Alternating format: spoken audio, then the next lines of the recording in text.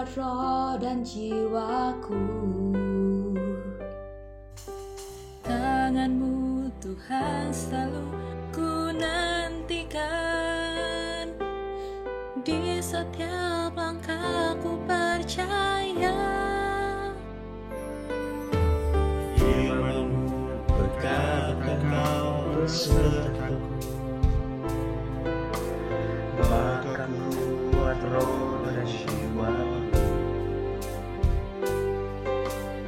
Tangan-Mu Tuhan selalu ku nantikan, di setiap langkahku percaya. Dengan sayap-Mu ku akan terbang tinggi di tengah hidup. Ku tak menyerah, Kau kekuatan dan perlindungan bagiku, pertolonganku di tempat maha tinggi.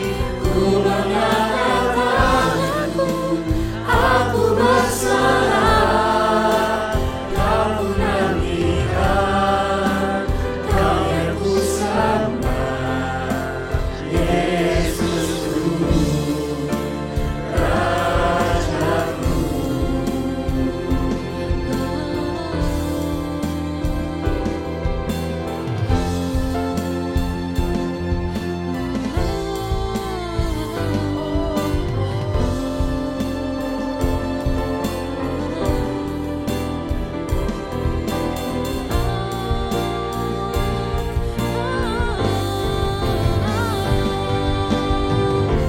Tak usah ku takut, sebab Kau sertaku. Tak usah ku bimbang, Kau di dalamku. Tak usah ku cemas, Kau penghiburku. Saat ku lemah, Kau kuatku. Nyanyi haleluya, Ku nyanyi haleluya, sungguh Kau hebat, ajaib perkasa perbuatanmu.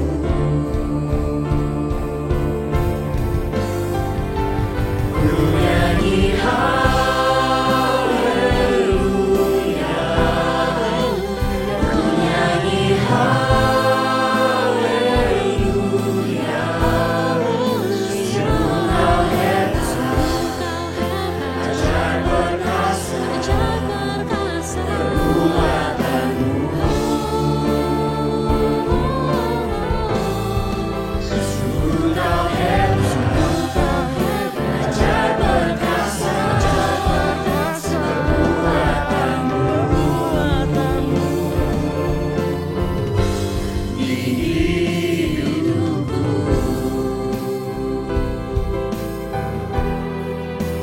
Kau ku nantikan, Kau yang ku sembah. Kau ku nantikan, Kau yang ku sembah.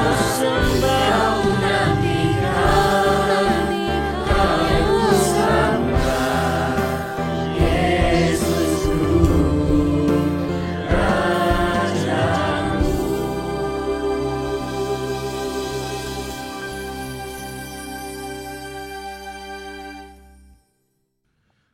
Selamat pagi jemaat yang dikasihi oleh Tuhan. Senang berjumpa kembali di tengah-tengah kita. Ada suasana yang tentunya lain jikalau kemarin kita berada di dalam suasana sendu karena kekecewaan. Maka pagi ini kita berbicara banyak tentang ketakutan. Kita berbicara tentang ada Allah yang ada di sana. Saudara, sudah dibawa di tahun 2021 ini sampai ke akhir September ini. Dan kita melihat pandemi sudah jauh banyak berkurang. Mari kita mempersiapkan hati kita dengan tentunya mengandalkan Tuhan saja. di tiap-tiap ibadah kita. Kita siapkan.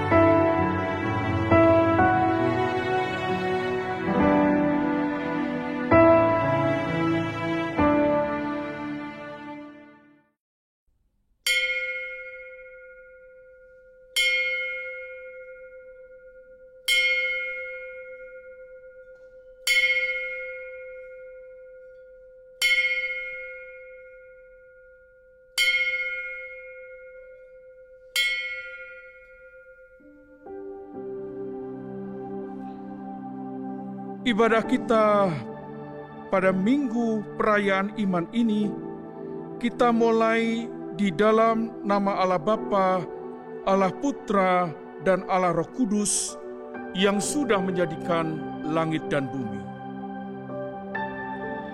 Saudara, dengarlah panggilan ibadah yang terambil dari 1 Tawarikh 16 ayat 23-28. Bernyanyilah bagi Tuhan, hai segenap bumi. Kabarkanlah keselamatan yang daripadanya dari hari ke hari. Ceritakanlah kemuliaannya di antara bangsa-bangsa dan perbuatan-perbuatan yang ajaib di antara segala suku bangsa. Sebab besar Tuhan dan terpuji sangat, dan lebih dahsyat Ia daripada segala Allah. Sebab segala Allah bangsa-bangsa adalah berhala, tetapi Tuhanlah yang menjadikan langit. Keagungan dan semarak ada di hadapannya, kekuatan dan sukacita ada di tempatnya. Kepada Tuhan, hai suku-suku bangsa, kepada Tuhan sajalah kemuliaan dan kekuatan. Mari bersama-sama dengan segenap jemaat yang ada di segala tempat, kita naikkan besarlah Tuhan, besarlah Tuhan. Besarlah Tuhan, puji Dia, besarlah Tuhan, semua memuji Dia. Besarlah Tuhan. Megahkanlah tatanya, Megahlah tatanya, penuh muliaannya. Hai bumi bersuka, hai bumi bersuka. Terangnya bersinar, kegelapan sinarlah.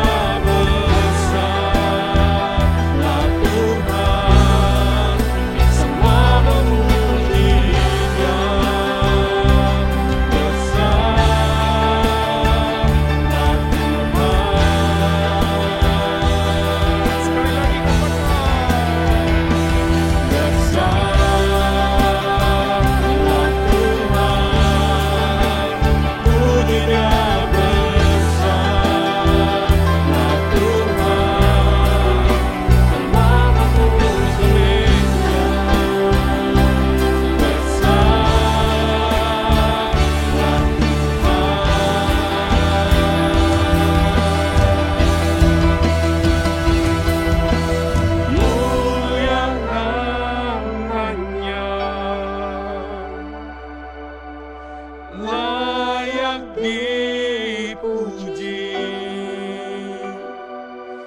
Ku memuji besarlah Tuhan. Sekali lagi mulia namanya. Mulia namanya. Layak dipuji.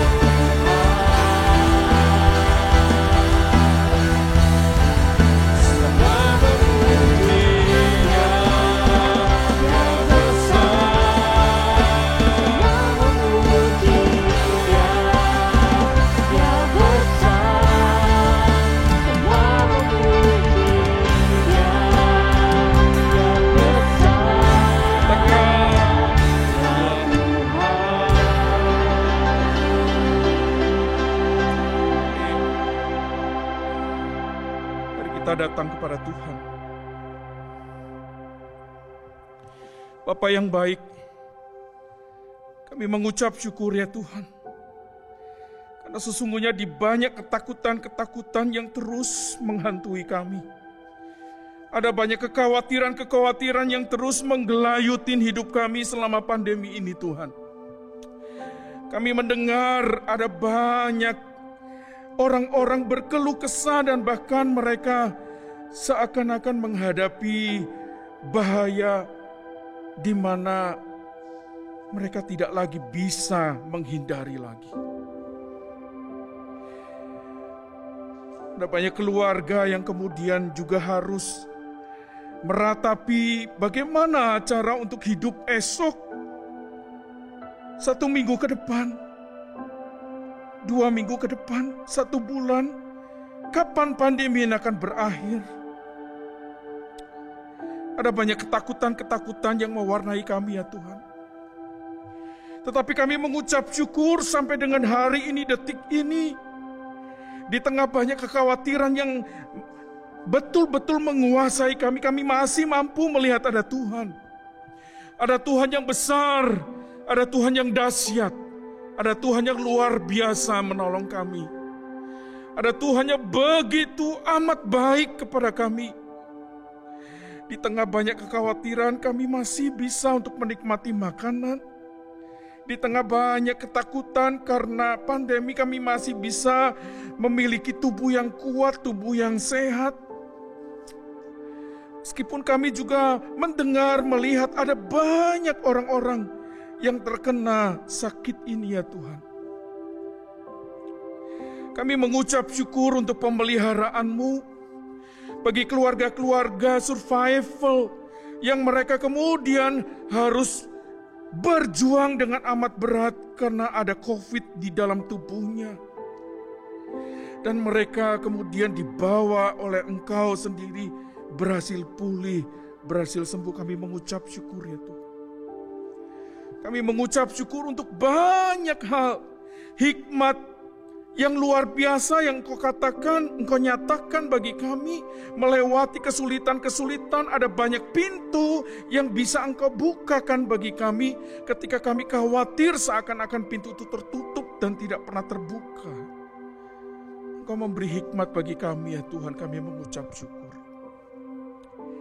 Dan Tuhan, di tengah-tengah ucapan syukur kami atas semua hal-hal yang dahsyat ini, kami pagi ini bersama dengan teman-teman, rekan kami, sahabat kami, keluarga kami, semua ya Tuhan. Kami boleh bersehati, kami boleh beribadah meskipun secara online. Dan kami terus memintakan Tuhan supaya Engkau boleh menolong. Kami boleh nantinya kelak boleh berjumpa kembali beribadah secara offline ya Tuhan.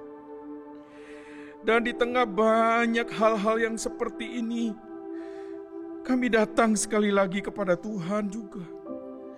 Kami sujud, kami dengan rendah hati, kami dengan kemudian berbesar hati mengakui jikalau kami ada kesalahan, ada dosa yang mengongkong kami, yang kami lakukan, baik itu secara aktif kami lakukan, baik itu kemudian tidak sadar kami lakukan.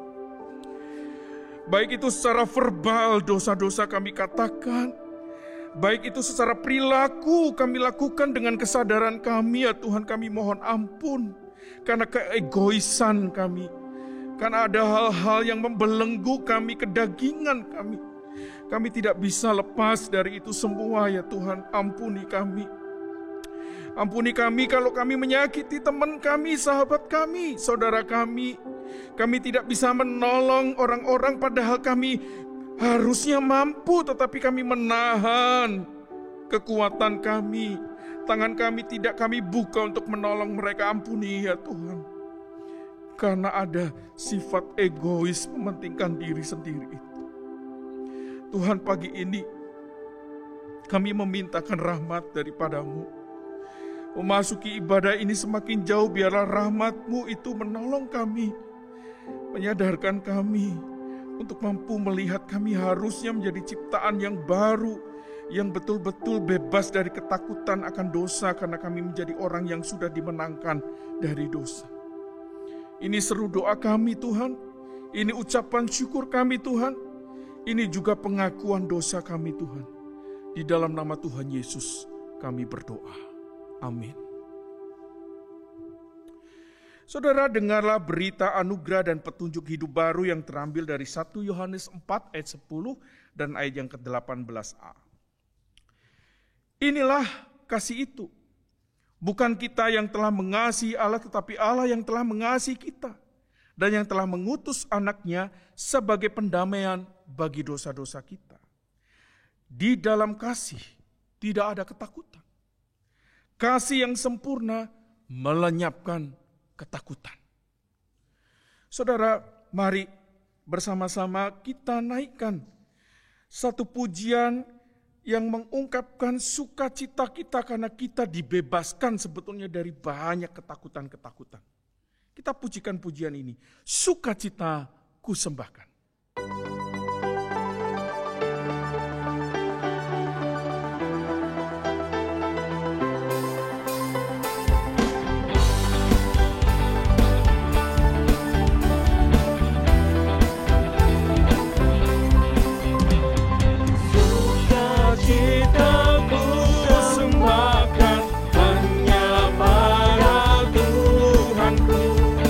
Hatiku bagaikan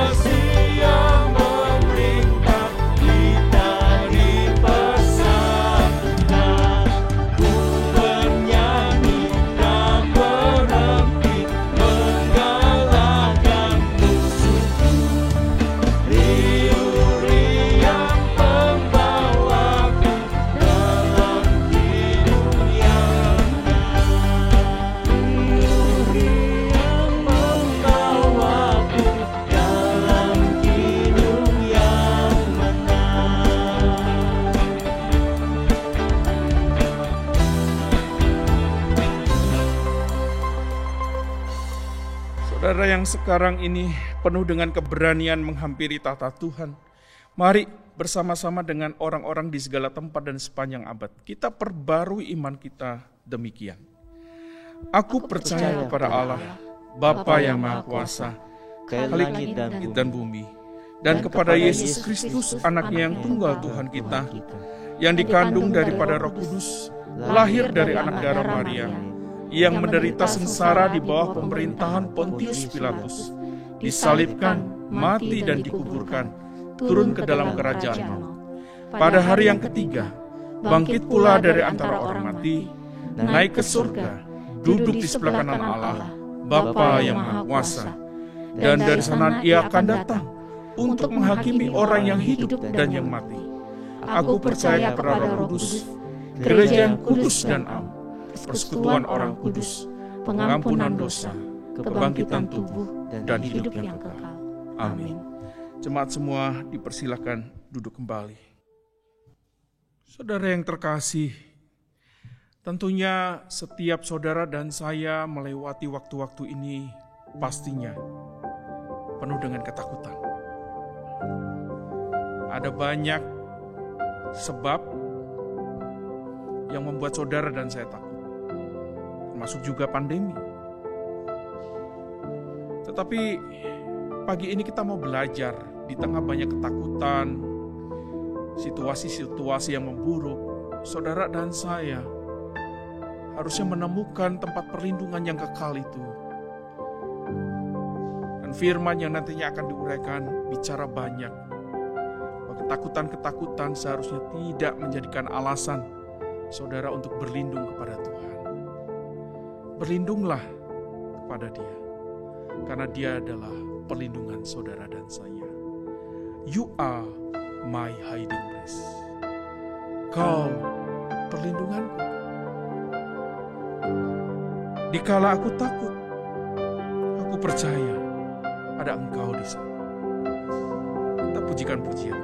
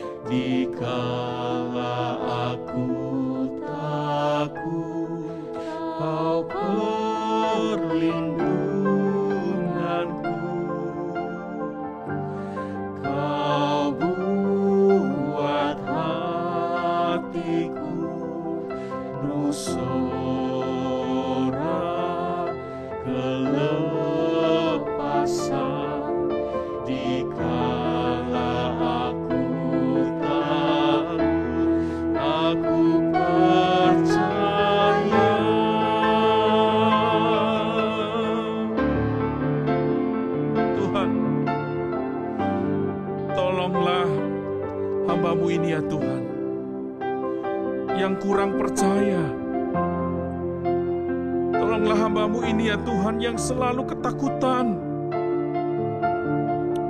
tolong ya Tuhan. Kau perlindunganku. Amin. Kau buat hatiku bersorak kelepasan. Dikala aku takut,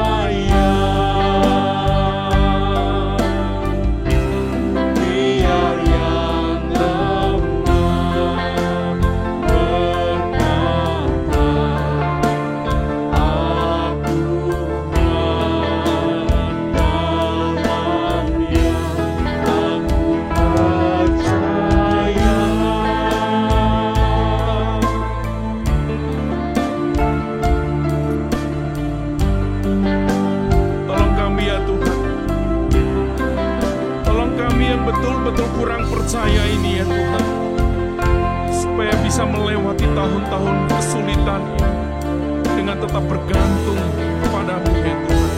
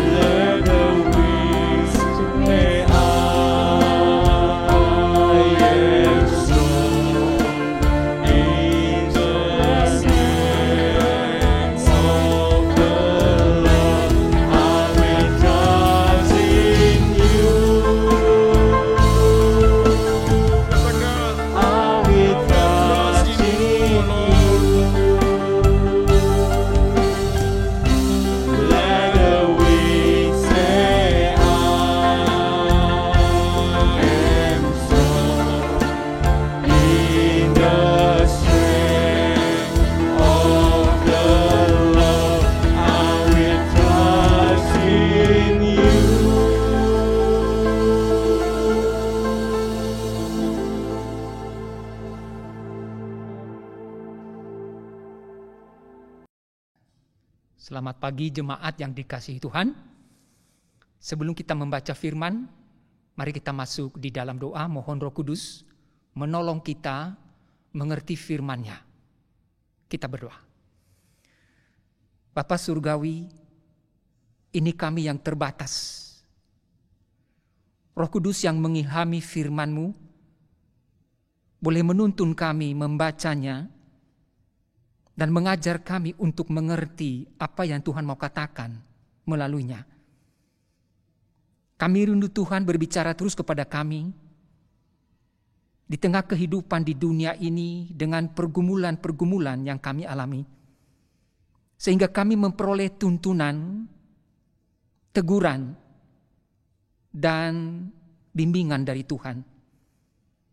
Bekerjalah Roh Kudus, baik kami yang mendengar maupun hamba-Mu yang menyampaikan. Dalam nama Yesus kami berdoa dan bersyukur. Amin. Satu bagian firman Tuhan yang menjadi dasar renungan kita pada saat ini terambil di dalam Kitab Ulangan pasal 31 ayat 1 sampai 8. Kitab Ulangan pasal 31 ayat 1 sampai 8. Saya bacakan kepada kita demikian firman Tuhan. Kemudian pergilah Musa, lalu mengatakan segala perkataan ini kepada seluruh orang Israel. Berkatalah ia kepada mereka, aku sekarang berumur 120 tahun. Aku tidak dapat giat lagi, dan Tuhan telah berfirman kepadaku, sungai Yordan ini tidak akan kau seberangi. Tuhan Allahmu, dialah yang akan menyeberangi di depanmu. Dialah yang akan memunahkan bangsa-bangsa itu dari hadapanmu, sehingga engkau dapat memiliki negeri mereka. Yosua, dialah yang akan menyeberang di depanmu, seperti yang difirmankan Tuhan. Dan Tuhan akan melakukan terhadap mereka seperti yang dilakukannya terhadap Sihon dan Og, raja-raja orang Amori, yang telah dipunahkannya itu, dan terhadap negeri mereka. Tuhan akan menyerahkan mereka kepadamu, dan haruslah kamu melakukan kepada mereka tepat seperti perintah yang kusampaikan kepadamu. Kuatkan dan teguhkanlah hatimu, janganlah takut dan janganlah gemetar karena mereka, sebab Tuhan Allahmu, dialah yang berjalan menyertai engkau.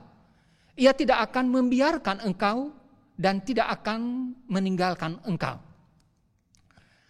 Lalu Musa memanggil Yosua dan berkata kepadanya di depan seluruh orang Israel, kuatkan dan teguhkanlah hatimu, sebab engkau akan masuk bersama-sama dengan bangsa ini ke negeri yang dijanjikan Tuhan dengan sumpah kepada nenek moyang mereka untuk memberikannya kepada mereka, dan engkau akan memimpin mereka sampai mereka memilikinya.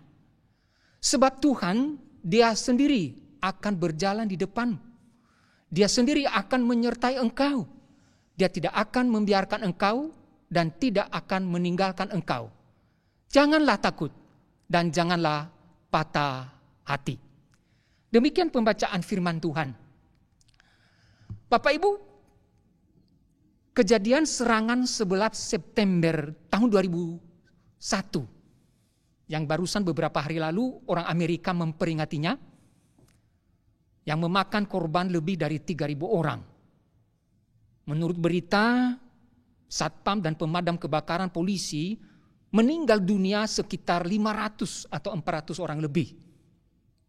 Itu kedukaan yang dialami oleh Amerika.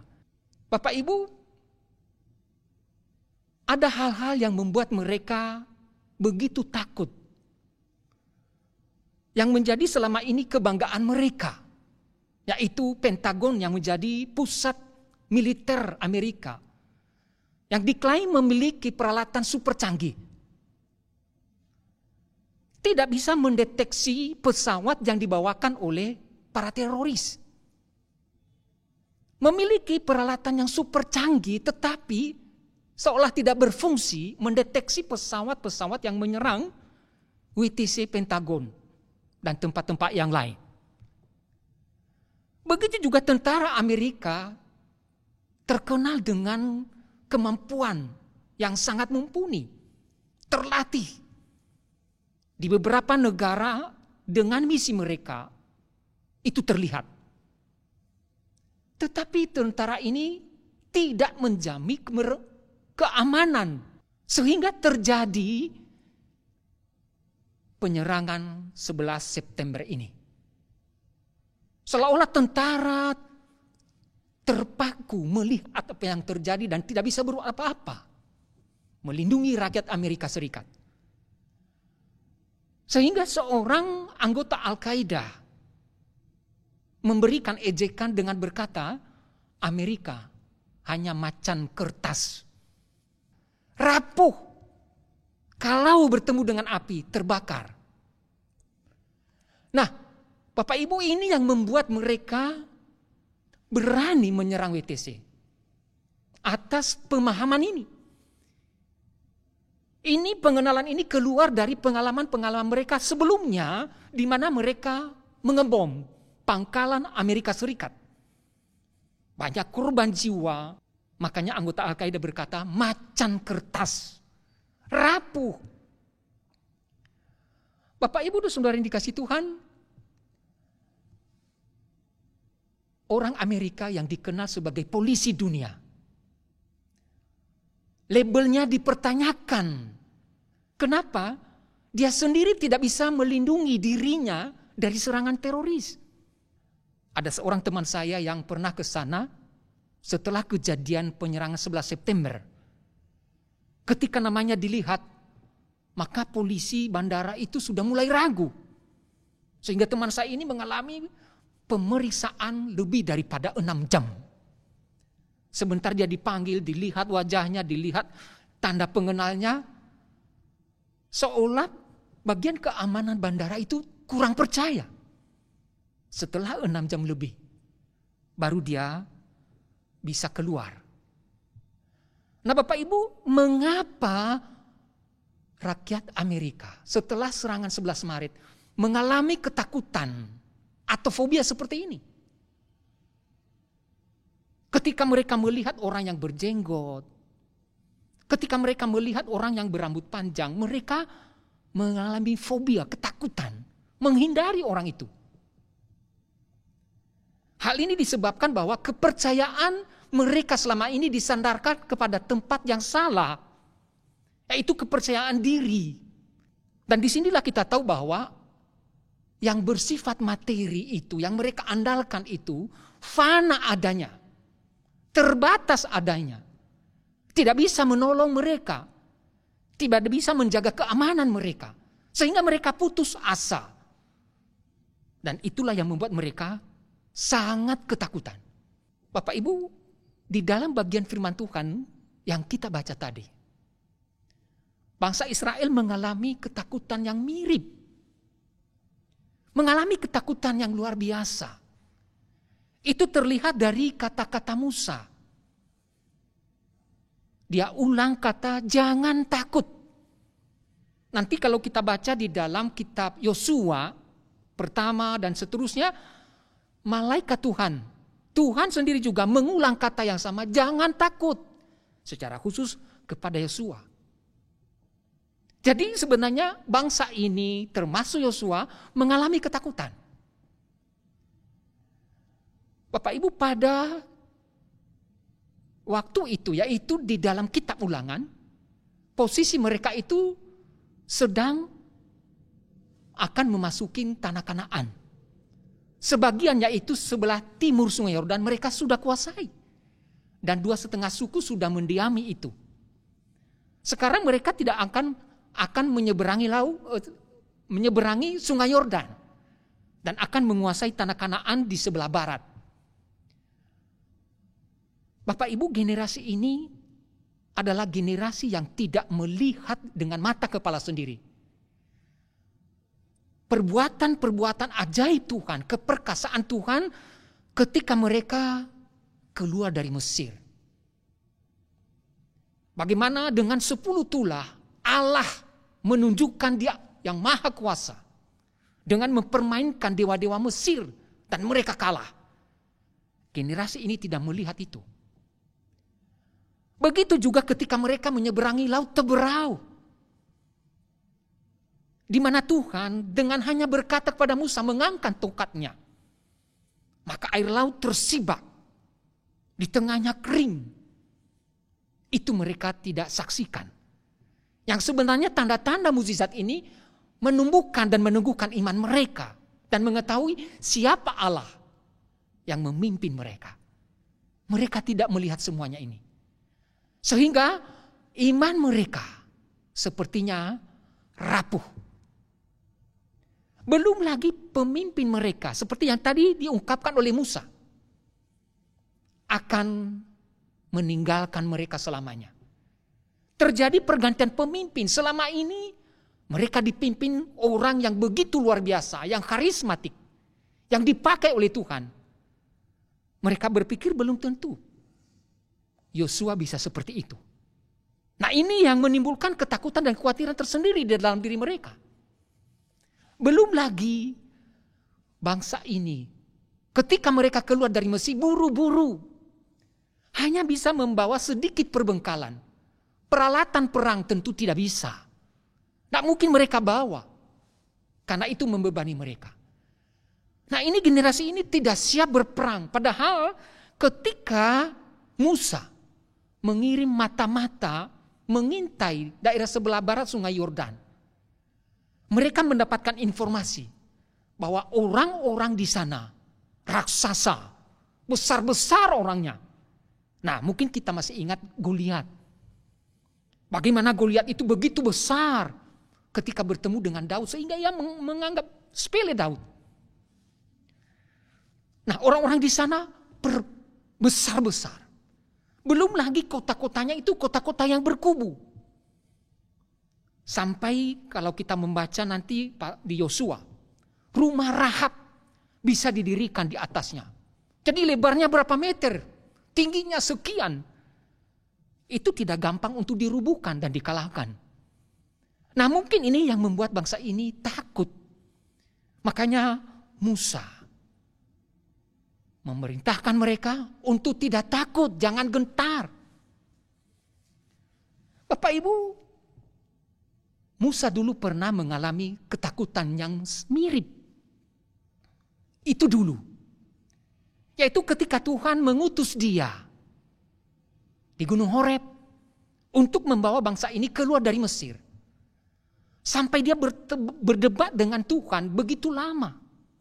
Kenapa dia takut bertemu dengan Firaun? Karena Firaun akan membunuh dia. Sebab dulu pernah dia membunuh orang Mesir. Tetapi sekarang dia sudah memiliki keberanian dengan pengalaman bersama Tuhan. Begitu banyak tanda ajaib yang Tuhan percayakan kepadanya untuk dilakukan. Diperlihatkan di hadapan Firaun dan di hadapan bangsa ini. Sehingga dia berkata, jangan takut. Berangkat dari pengalamannya. Nah, mungkin juga pada saat itu Yosua takut. Kenapa? Sangat mungkin dia membandingkan dirinya dengan Musa. Yosua tidak ada apa-apanya dengan pengalaman dan tanda-tanda ajaib yang dipakai Tuhan melaluinya. Belum pernah. Hanya dia berpegang pada iman bahwa Tuhan menyertai mereka. Nah, Bapak Ibu, rasa takut adalah emosi yang paling mendasar dan kuat. Emosi ini bisa melumpuhkan seseorang. Tetapi emosi ini juga sangat berperan penting dalam keberlangsungan hidup kita. Kenapa? Emosi inilah yang membuat kita waspada untuk menghadapi berbagai bahaya dan bersiap untuk menghadapinya. Sehingga nanti otak diperintahkan untuk melihat atau melakukan sesuatu teknik menghadapi berbagai bahaya yang akan datang. Nah, ini sangat penting juga emosi rasa takut ini. Tetapi Bapak Ibu, ketakutan pada dasarnya ada dua macam. Ini menurut para psikiater atau para konselor. Ketakutan ada dua macam. Yang pertama, rasa takut wajar, normal. Yaitu tadi sebagai bentuk respon akan bahaya-bahaya yang akan datang. Dan mempersiapkan kita untuk menghadapinya. Tekniknya bagaimana? Nah, itu rasa takut berperan di sana. Tetapi perlu kita ketahui ada rasa takut yang abnormal. Rasa takut yang intens terus menekan seseorang sampai akhirnya melumpuhkan sehingga seorang pribadi yang bersangkutan tidak berdaya sama sekali. Cara berpikirnya tidak berjalan dengan baik.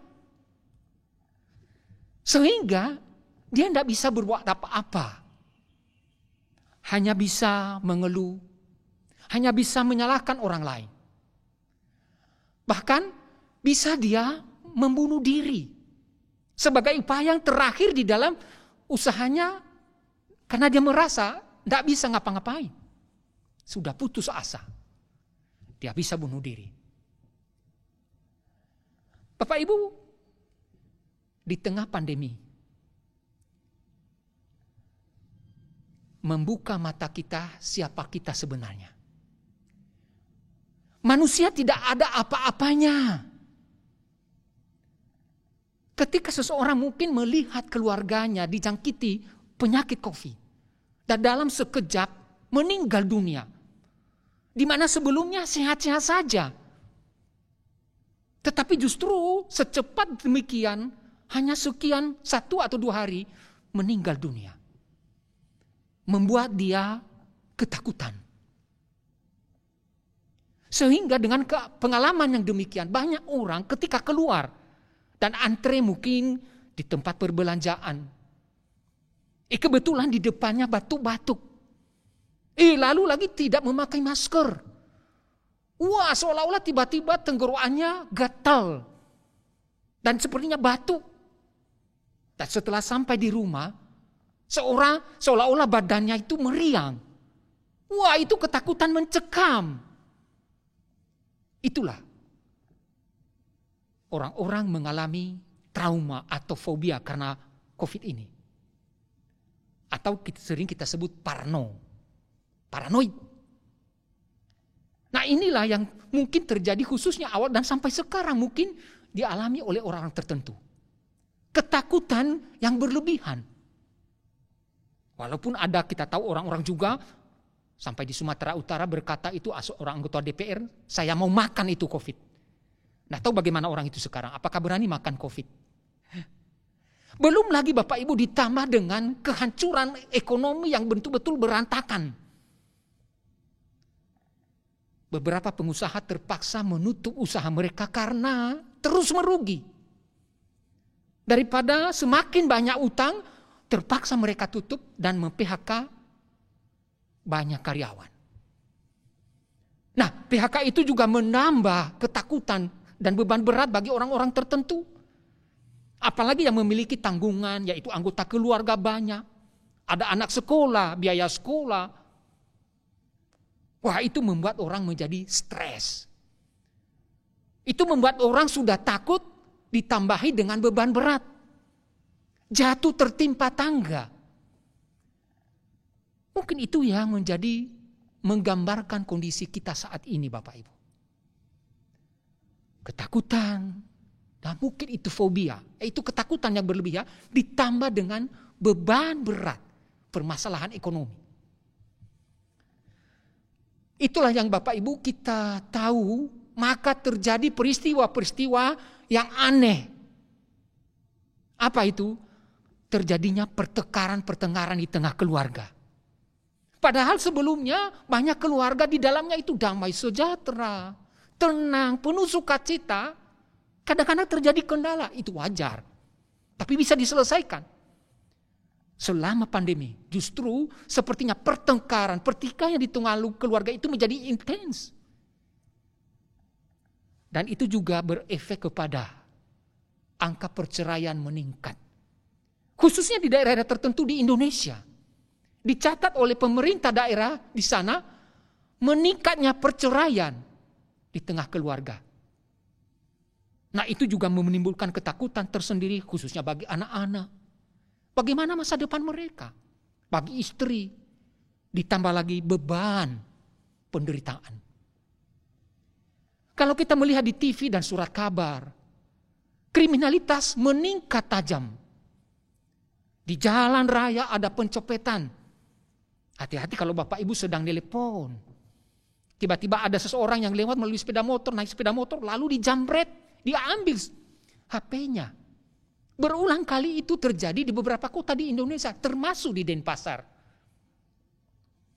Dan beberapa waktu yang lalu, di sebuah apartemen di Jakarta, seorang wanita cantik,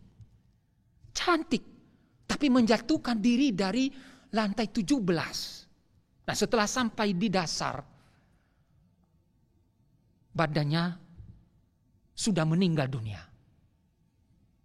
Sebagian anggota tubuhnya patah tulangnya, sehingga meninggal. Nah, itulah upaya terakhir yang dilakukan orang-orang di tengah ketakutan yang luar biasa. Di tengah beban berat yang tidak bisa mereka tanggung. Sebagai upaya terakhir karena mereka sudah melihat tertutup semua jalan keluar. Saya tidak tahu bagaimana keadaan kita juga Bapak Ibu. Apakah anak Tuhan bisa terjebak di dalam ketakutan yang demikian? Di dalam fobia yang demikian? Di dalam beban berat yang demikian? Lalu melakukan tindakan seperti tadi. Bapak Ibu, menarik sekali apa yang ditawarkan oleh para konselor di dalam menghadapi ketakutan. Yaitu apa? Pertama, mengalihkan perhatian. Supaya orang yang mengalami ketakutan itu jangan berfokus kepada permasalahan yang sebenarnya membuat mereka semakin terpuruk. Tetapi dialihkan perhatian mereka. Melalui apa? Mungkin mereka jalan-jalan, melakukan kegiatan lain rileks. Misalnya minum teh. Ada orang yang mungkin sampai melewati batas minum minuman yang memabukkan. Sehingga melupakan permasalahan.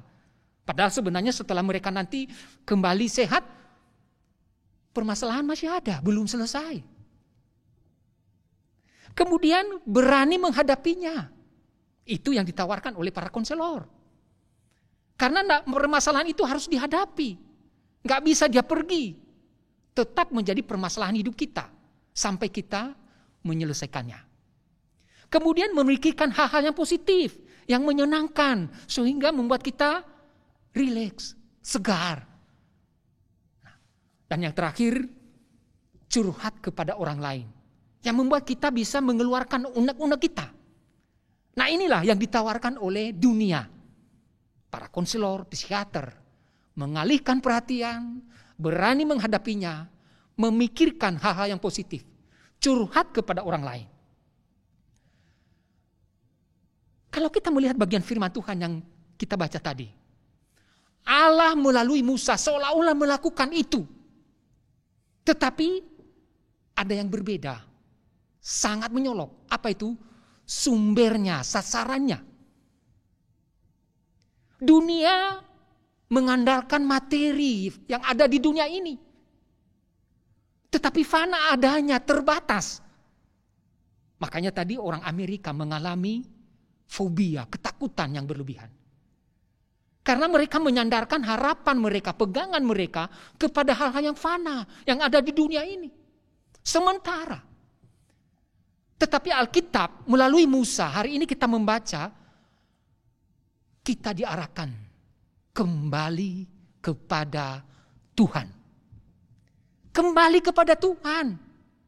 Satu-satunya gunung batu keselamatan kita. Yang disaksikan oleh Daud di dalam Mazmurnya, gunung batu yang sudah teruji. Dan itu juga jelas melalui pengalaman Musa. Makanya dia mengarahkan mereka, mengalihkan mereka. Kembali kepada Allah, pandang kepada Allah. Allah yang bisa diandalkan. Kasih-Nya yang tak pernah berkesudahan.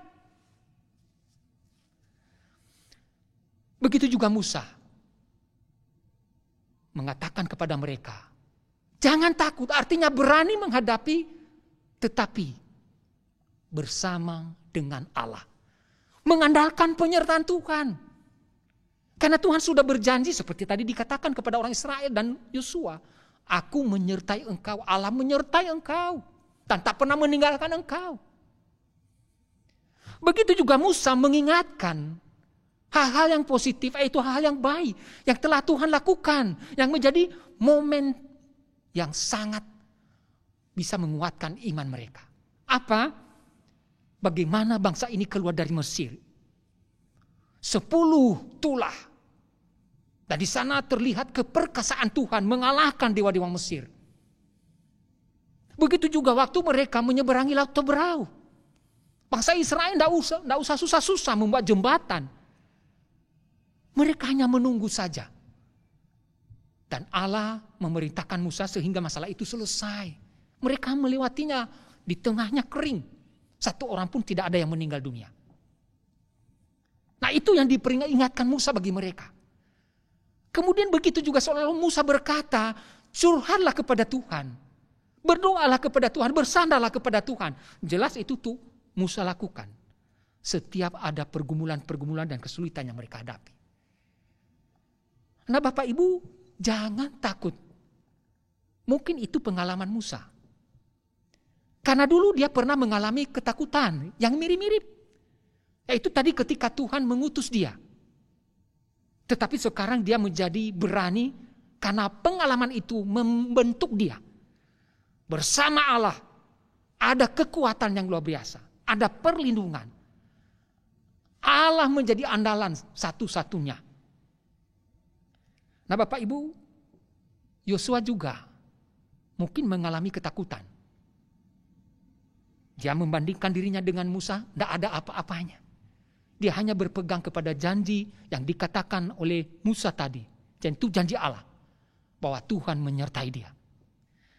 Nah Bapak Ibu dan Saudara yang dikasihi Tuhan, di ayat 3, Tuhan Allahmu dialah yang akan menyeberang di depanmu. Dan di ayat 4, Tuhan akan melakukan terhadap mereka seperti yang dilakukannya kepada Sihon dan Og, raja orang Amori. Ayat 5, ayat 6 seolah-olah nada yang sama. Di mana Musa itu di situ membawa mereka. Pandanglah kepada Tuhan.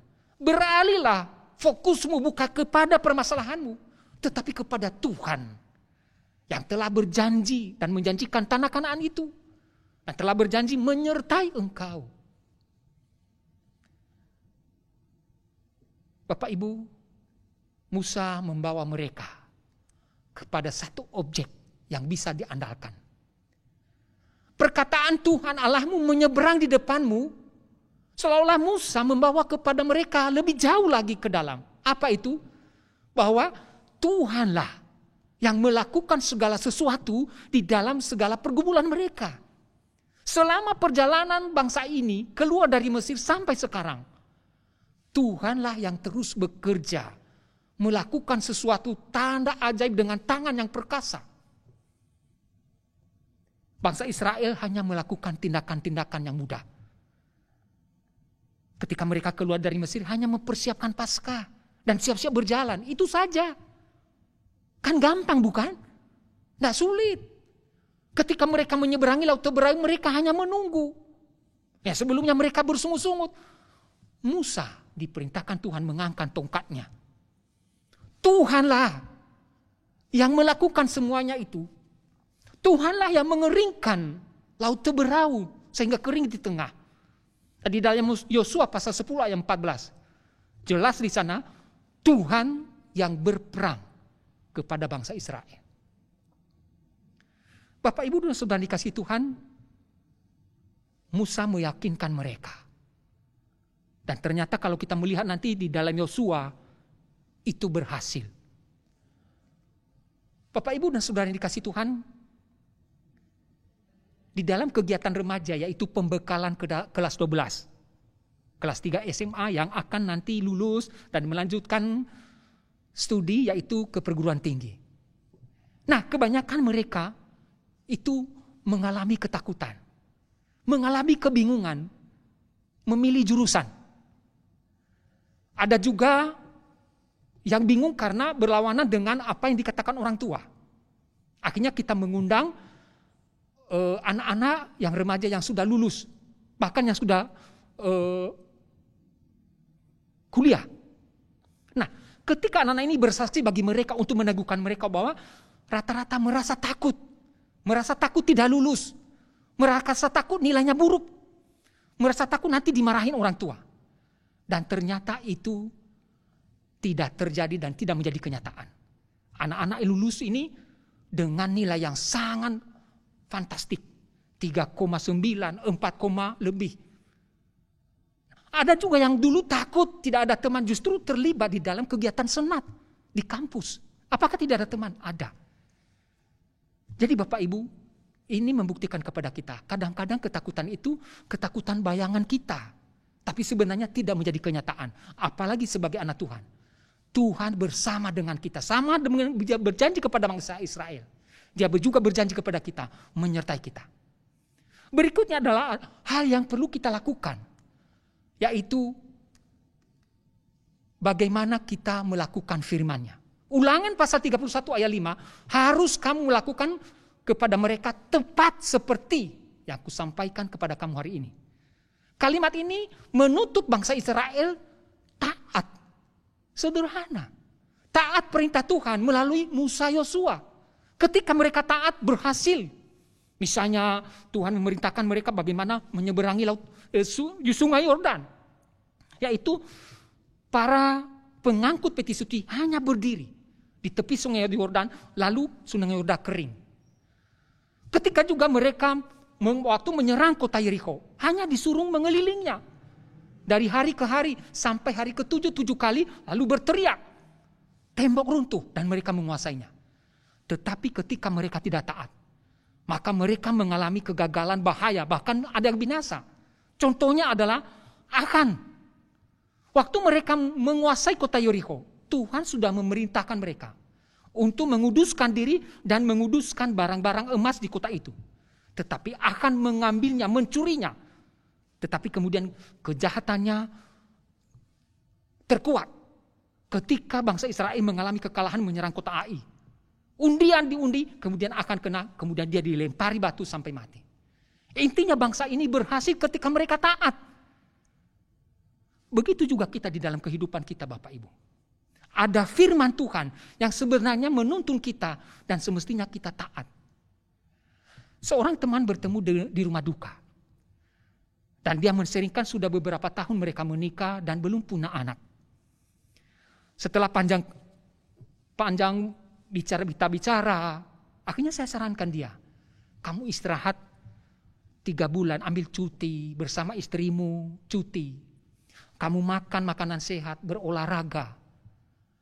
Akhirnya singkat cerita, setelah beberapa bulan, dia telepon saya dan memberitahu bahwa istrinya hamil. Begitu dia bergembira, begitu dia bersukacita. Dan dia berkata itu berhasil karena saran yang disampaikan itu dia lakukan, dia taat. Saya katakan kepadanya, bukan. Tetapi Tuhanlah melalui ketaatanmu. Tuhan melalui saya mengingatkan Anda bahwa engkau itu bekerja begitu keras sampai capek. Sehingga kondisimu tidak bagus. Sampai istrimu juga capek dan tidak bisa hamil. Nah, ingatlah. Sampai sekarang bersyukurlah kepada Tuhan. Dan taatlah kepada apa yang diperkatakan dalam firman-Nya. Bapak Ibu, kalau kita mau berhasil, kalau kita mau berbagi, simple. Kita harus taat. Dan Tuhan bekerja melakukan apa yang menjadi bagiannya. Untuk memberkati kita, untuk menuntun kita, melindungi kita. Sama seperti bangsa Israel. Sekali lagi saya tidak tahu pergumulan Bapak Ibu sekalian. Setiap orang mengalami ketakutan. Tapi biarlah ketakutan itu membawa kita semakin dekat kepada Tuhan. Mengalihkan kita kepada Tuhan untuk berdoa kepadanya. Dan ingat, kita harus taat firman-Nya. Kiranya Tuhan menolong kita.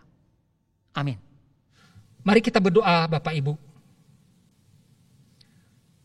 Bapa kami yang di surga, terima kasih untuk firman-Mu yang telah kami baca dan kami dengar. Berikan kami hati yang taat kepada firman. Karena disitulah kami melihat Allah bekerja. Bapa Surgawi, kami berdoa bagi gereja kami dalam rangka pemilihan majelis. Engkau yang menolong majelis mempersiapkan langkah-langkah yang dilakukan dalam pemilihan itu. Dan Engkau Tuhan yang menolong sehingga berjalan dengan lancar. Sampai nanti terjadi pemilihan majelis itu dan dipersiapkan untuk memikirkan gereja ini. Kami berdoa juga bagi persiapan pergantian pengurus di bidang dan komisi yang ada. Engkau yang punya ladang. Kami hanya berdoa, Tuhan, Engkau yang mengutus orang-orang yang mau bekerja melayani Engkau di tengah gereja ini. Di bidang dan komisi. Kadang ada komisi tertentu yang kekurangan daya dan tenaga. Tuhan yang mengirim. Tuhan yang mengutus. Kami juga berdoa bagi persiapan menyusun program. Beberapa bidang dan komisi sudah rapat-rapat dan sudah mulai mengkristalkan program yang akan datang. Engkau Tuhan yang menyatakan apa yang Engkau lakukan di tengah gereja ini.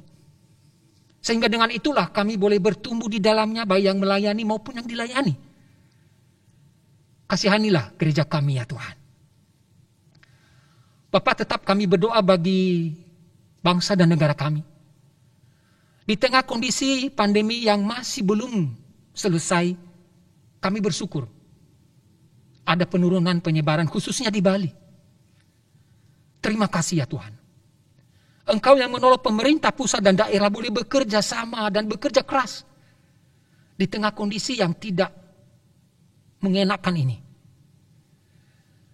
Engkau tolong mereka juga berikan hikmat, khususnya bagi Bapak Presiden, para menteri, yang menangani kasus ini, sehingga mereka melakukan, kalau umpamanya ada varian baru, ada teknis yang mereka lakukan untuk menanggulanginya. Terlebih, permasalahan ekonomi yang belum pulih. Tuhan tolong, agar bisa dikembalikan, dipulihkan, dan kami boleh menjalani kehidupan seperti normal. Kami berdoa juga bagi anak-anak kami yang belajar, yang kuliah. Ada kesulitan-kesulitan yang mereka alami, keterbatasan, misalnya sinyal. Atau ada di dalam keluarga yang mungkin keterbatasan keuangan. Engkau yang menolong mereka. Engkau yang memberkati. Engkau yang memberikan jalan keluar. Dan berikan mereka kekuatan di tengah-tengah menghadapi kondisi seperti itu. Di akhir doa ini kami menyerahkan hidup kami 1 minggu yang akan datang. Lindungi dan jagai kami. Dan tuntun kami. Agar kami menjadi orang-orang yang selalu dekat kepadamu. Di dalam doa dan di dalam segala aktivitas yang kami lakukan. Dalam nama Yesus, kami berdoa dan bersyukur.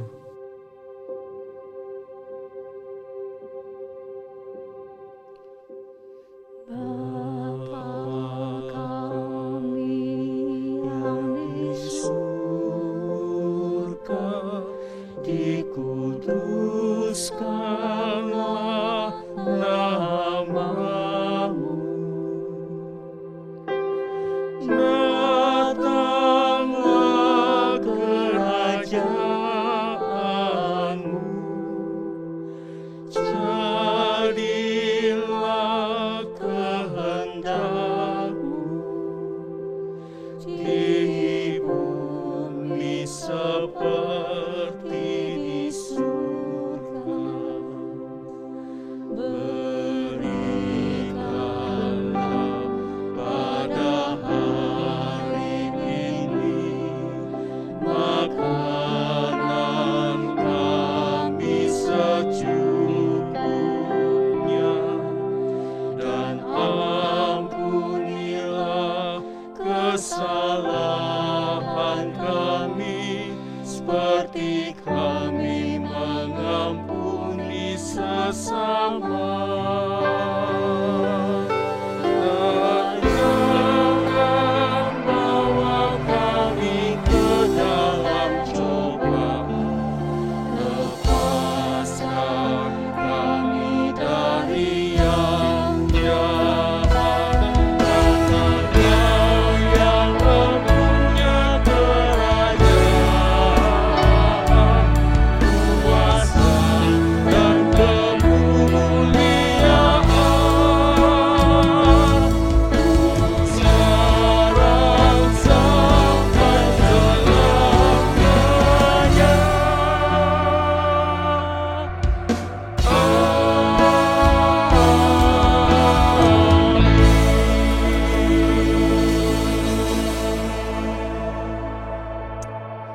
Saudara yang dikasihi oleh Tuhan, kita sungguh berbahagia karena saudara dan saya di tengah banyak ketakutan, saudara masih tetap merasakan ada berkat, ada perlindungan.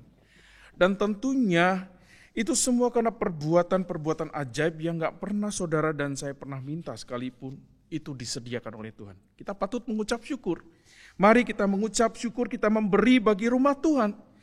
Kita bagi semua yang ada di rumah, bolehlah kemudian saudara menggunakan QRIS yang ada, ataupun membuat saudara menghimpun dana itu dan membawa ke rumah Tuhan, silakan. Atau bahkan saudara boleh mentransfernya di rekening yang sudah disediakan. Mari kita pujikan, kita siapkan hati kita naikkan hitung berkat-Mu.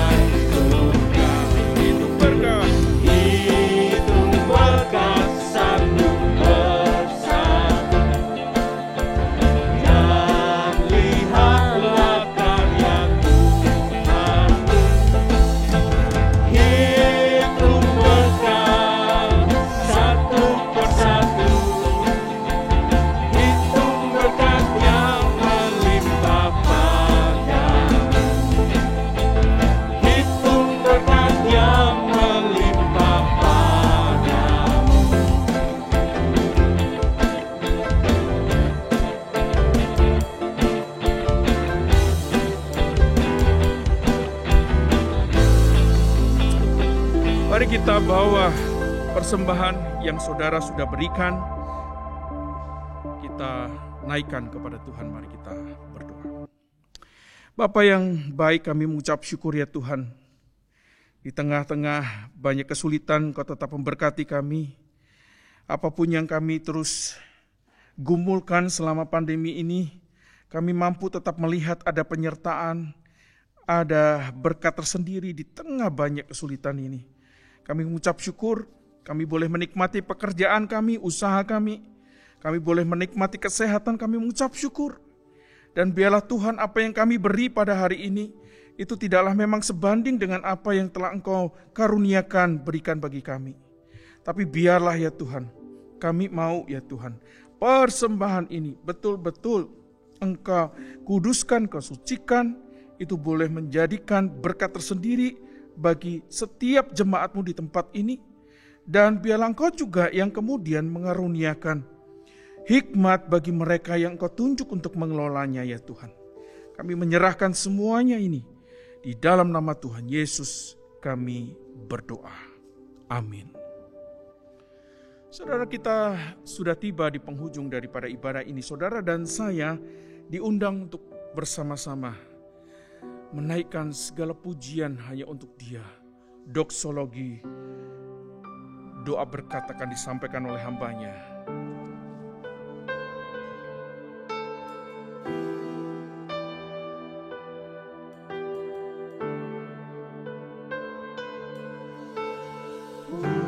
Puji Allah sumber berkat,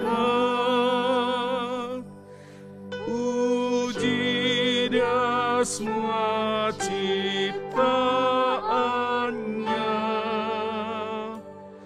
puji Dia para malaikat, Bapa, Putra, dan Roh Kudus.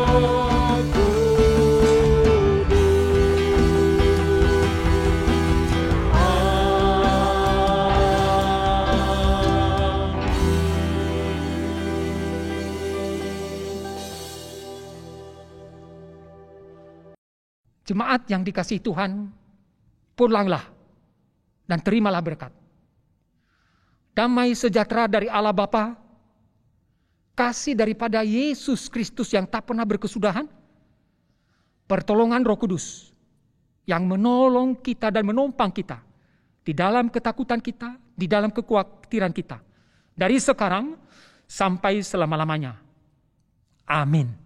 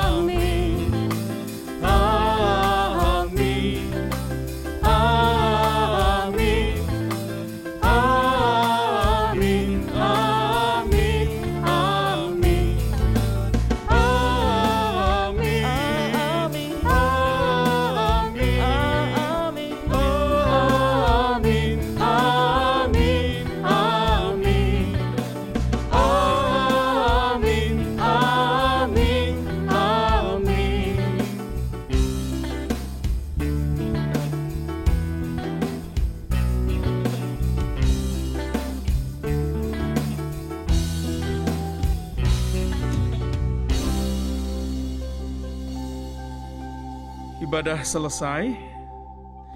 Saat teduh bagi jemaat sekalian. Selamat hari Minggu. Tuhan Yesus memberkati saudara.